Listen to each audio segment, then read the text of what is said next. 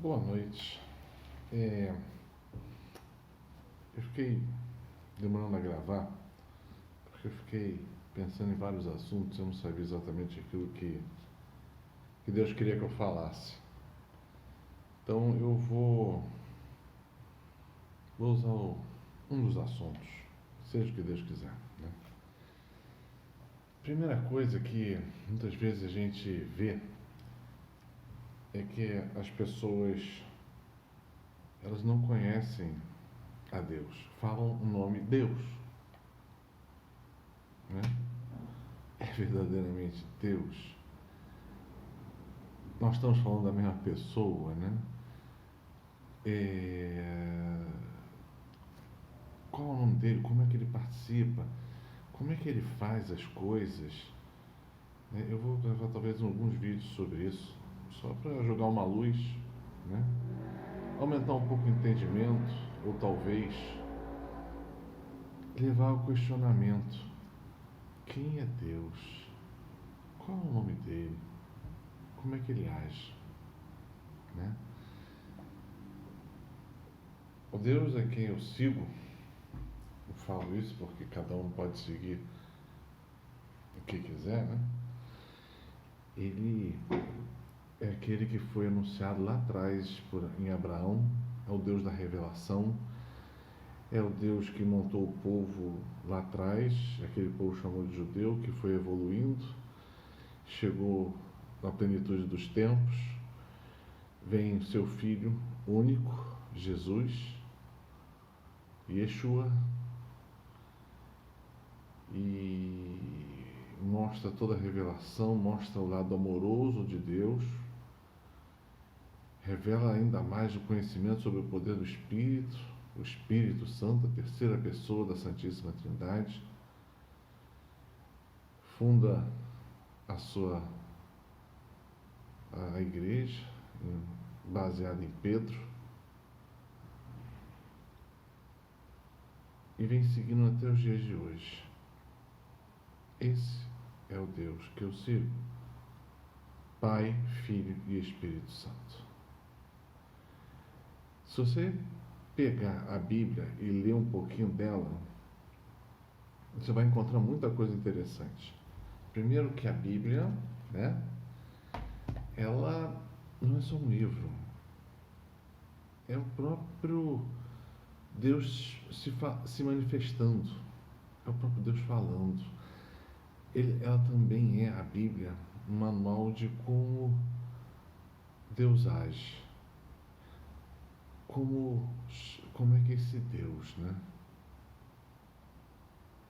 E a Bíblia também não deixa de ser um manual para o ser humano. Também aqui está muita coisa codificada para a gente. Só existe um Deus. Esse é o problema, né? Porque muita gente vai dar para os burros na água, né? Porque acredita em cada coisa mais louca do que a outra, né? Como diz a palavra lá atrás, né? Que chegará um tempo que os homens, na sua loucura, acreditarão nas fábulas, nas fadas, né? Nessas, não é? Olha só como a palavra é atual, né? Acredita em qualquer coisa, menos em Deus. Se você falar realmente no Deus que criou tudo, no formador de todas as coisas, naquele que faz porque ele tem um plano e que ele segue esse plano, aí não pode. Hoje o dia é esse. Mas só existe ele. E ele é o fim das coisas. Todos nós temos uma data de limite nessa terra. E todos nós iremos morrer. Todos nós enfrentaremos o juízo, ou seja, entrar na presença do próprio Deus, encará-lo e falar: e agora? Nesse momento do e agora, se você seguiu a Ele, se você conheceu a Ele, vai ser um encontro. Deus sempre me colocou no meu coração que esse meu encontro com Deus seria um chazinho das 5, né? A gente vai bater um longo papo sobre toda a minha vida, as coisas que eu não entendi, as coisas que ainda tem para mim, o que vai acontecer comigo dali em diante, as coisas que eu vou aprender dali em diante, como seguirá a minha vida e tal. Mas é um encontro de pai e filho, né? Para mim, esse é o momento do juízo. Para mim será assim. Para aqueles que não gostam de Deus, vai ser bem ruim. Para aqueles que acham que estão seguindo a Deus e estão seguindo outras coisas, vai ser ruim, né? Eu sou católico, né? Mas nasci católico tal, mas eu tenho a minha religião. Uma vez eu escutei isso. E eu fiquei pensando nisso, eu botei isso para Deus, e aí, como é que acontece com essas pessoas? Aí Deus foi muito, para variar, né? Ele sempre é, muito certo, muito direto. Ele falou para mim, essas pessoas, na verdade, inventaram as suas próprias religiões, inventaram o seu próprio Deus. E o seu próprio Deus é Ele mesmo. Então, é uma idolatria pessoal. Para onde elas vão? Para onde vão todos os idólatras. Eu escutei aquilo, fiquei calado, eu entendi na mesma hora. Vai para onde vão os idólatras, né? A gente não cria Deus. Nós somos criatura, não somos criadores. Criador é Deus. Nós somos a criatura que obedece e segue a Ele. Nós nascemos para Ele e seguimos a sua orientação. Quem não faz assim, já sabe para onde você vai no final, né? Eu vou dar um spoiler, tá? No final, depois do julgamento, ou você vai para a casa dele, se você é conhecido dele, claro, ou você vai para o purgatório porque não entendeu as lições ou errou demais, mas Deus ainda te deu uma chance, isso chama-se salvação,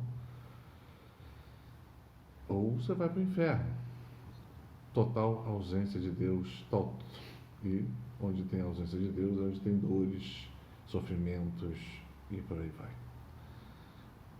Não vou entrar nesse assunto.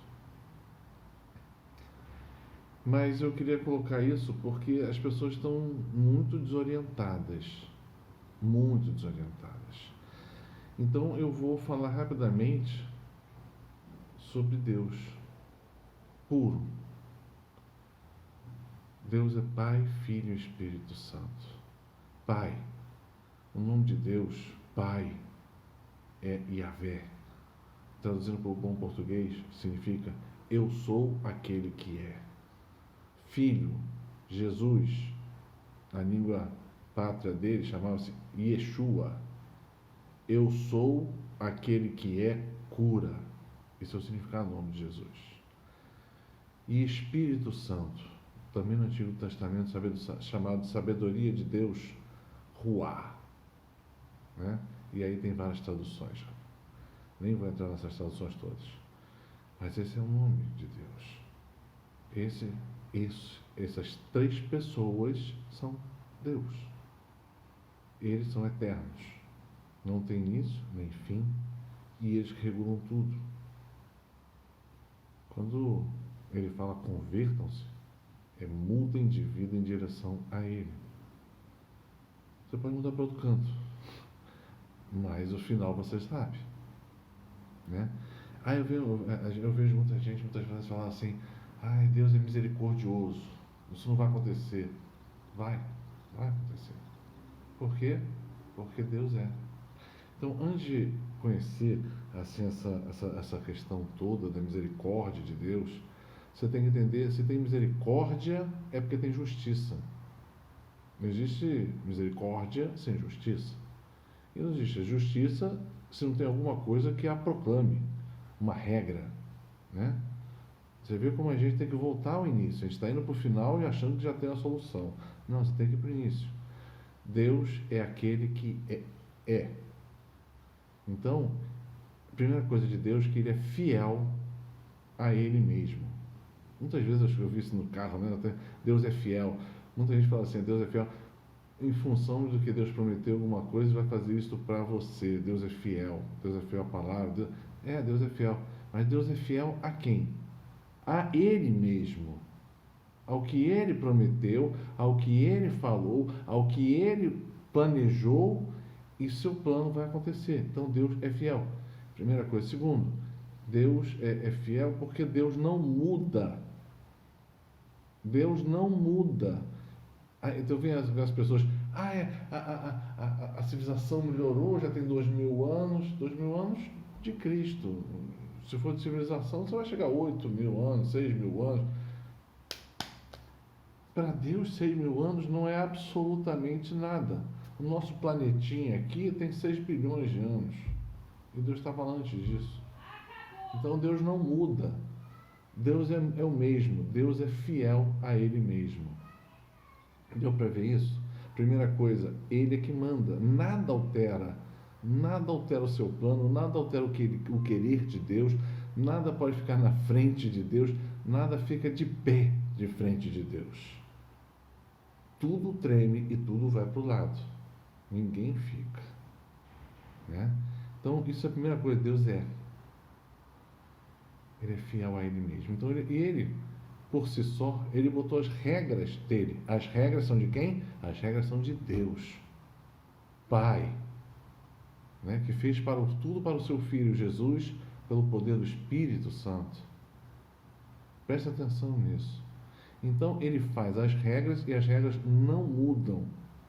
Tem 2.000 anos de civilização. Pode ter 5, pode ter 10, pode ter quem que você quiser. Não muda. Se você errar, você será castigado. Meu Deus. Não é regra.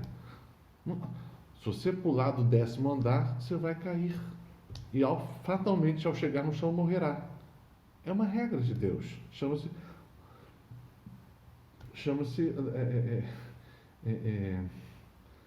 lei da gravidade.